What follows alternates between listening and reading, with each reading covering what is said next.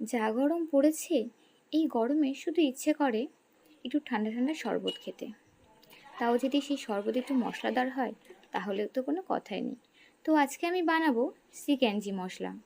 এই মশলাটা বানানোর জন্য আমি এখানে 4 চামচ সাদা জিরে ব্যবহার করছি। এই সাদা জিরেটা একটা প্যানের মধ্যে দিয়ে আমি একটু নেড়ে চেড়ে নেব। একটু নাড়াচাড়া করার পর একটা হালকা একটা গন্ধ বেরোবে জিরের, তখন আমরা এই জিরেটার মধ্যে একটু গোলমরিচ অ্যাড করব। গোলমরিচটা পরিমাণ মতনই নিতে হবে। গোলমরিচটা একটু নাড়াচাড়া করার পর, বেশি না, অল্প একটুই নাড়াচাড়া করতে হবে। এটা আমরা একটা থালার মধ্যে ঢেলে নেব। এবারে আমরা কিছুটা পুদিনা পাতা শুকনো, এটা আমি ঘরেই করেছিলাম, এটা একটু হালকা একটু গরম করে নেব। একটুখানি মুচমুচে হলেই আমরা পুদিনা পাতাটা নামিয়ে নেব। বেশি গরম করব না, যাতে পুড়ে না যায়।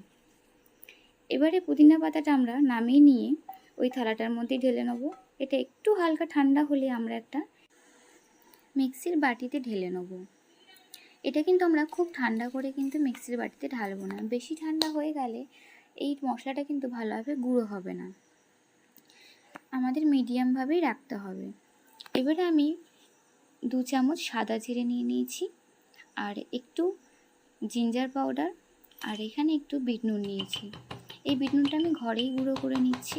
এই বিট নুনটা দিয়ে খুব সুন্দর একটা গন্ধ আছে। তোমরা চাইলে অন্য বিট নুনও ব্যবহার করতে পারো, তাতে কোনো অসুবিধা হবে না। আমি এই বিট নুনটা 2 থেকে 2.5 চামচ নিয়ে নিচ্ছি। এই বিট নুনটা সত্যি খুব সুন্দর গন্ধ। আর একটু নিয়ে নেবো এখানে সাদা নুন, আর একটু নিয়ে নেবো এখানে চিনি। তোমরা চিনির জায়গায় মিষ্টিরও ব্যবহার করতে পারো। মশলাটাকে গুঁড়ো করে নিয়েছি, দেখো। আর এত সুন্দরভাবে গুঁড়ো হয়ে গেছে। এটা কিন্তু বেশি ঠান্ডা হয়ে গেলে গোটা মশলাগুলো এত ভালোভাবে কিন্তু গুঁড়ো হবে না। আর মশলাটা খোলার সাথে সাথে কিন্তু খুব সুন্দর একটা গন্ধও বেরোচ্ছিল। তোমরা এই মশলাটাকে সারা বছর স্টোর করে রাখতে পারো, সারা বছর ইউজ করতে পারো। মশলাটা কিন্তু খুব কাজের। তোমরা যে কোনো শরবতের সাথে এটা খেতে পারো, যেমন স্প্রাইট, 7 আপ, থামস আপ, এগুলো দিয়ে খেতে পারো। খুব সুন্দর লাগে কিন্তু খেতে।